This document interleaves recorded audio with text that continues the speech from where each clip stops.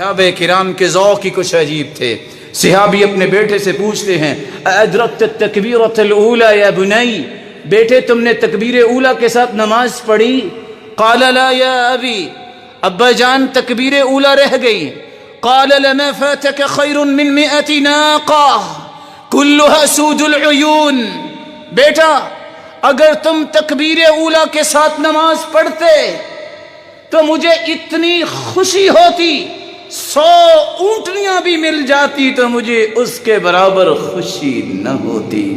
شاید کہ یہ بات سمجھنے سے کوئی قاصر ہو، میں آج کل کے ماحول کے مطابق اس بات کا ترجمہ کیے دیتا ہوں۔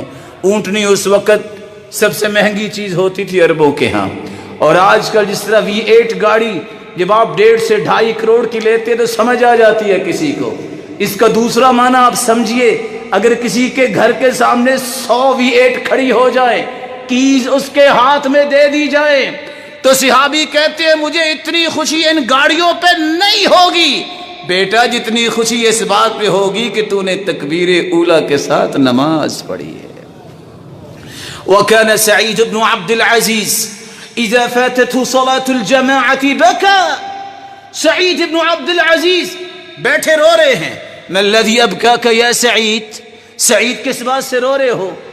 کہا کیوں نہ روؤں، میری نماز رہ گئی ہے۔ کہا نماز ہی رہی ہے پھر کیا ہوا؟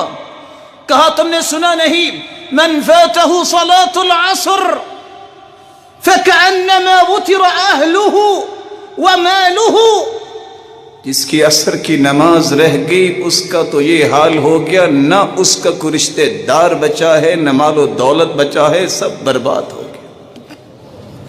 اللہ یہ نماز کا ذوق ہم سب کو نصیب فرمائے۔ کہاں سے سعید بن المسیب کو ڈھونڈ کے لائیں جو کہتے تھے 50 سال ہو گئے لوگوں میں نے کسی نمازی سے مل نہیں سکا، کیوں؟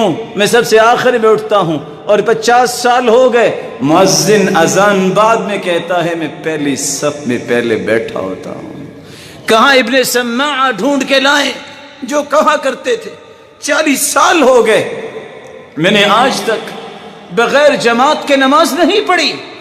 کہاں سلیمان ابن مہران اعمش کو ڈھونڈ کے لائیں جو کہتے تھے 70 سال ہو گئے میری تکبیر اولا فوت نہیں ہوئی۔ اللہ ذوالجلال ہم سب کو بھی توفیق سے نوازے۔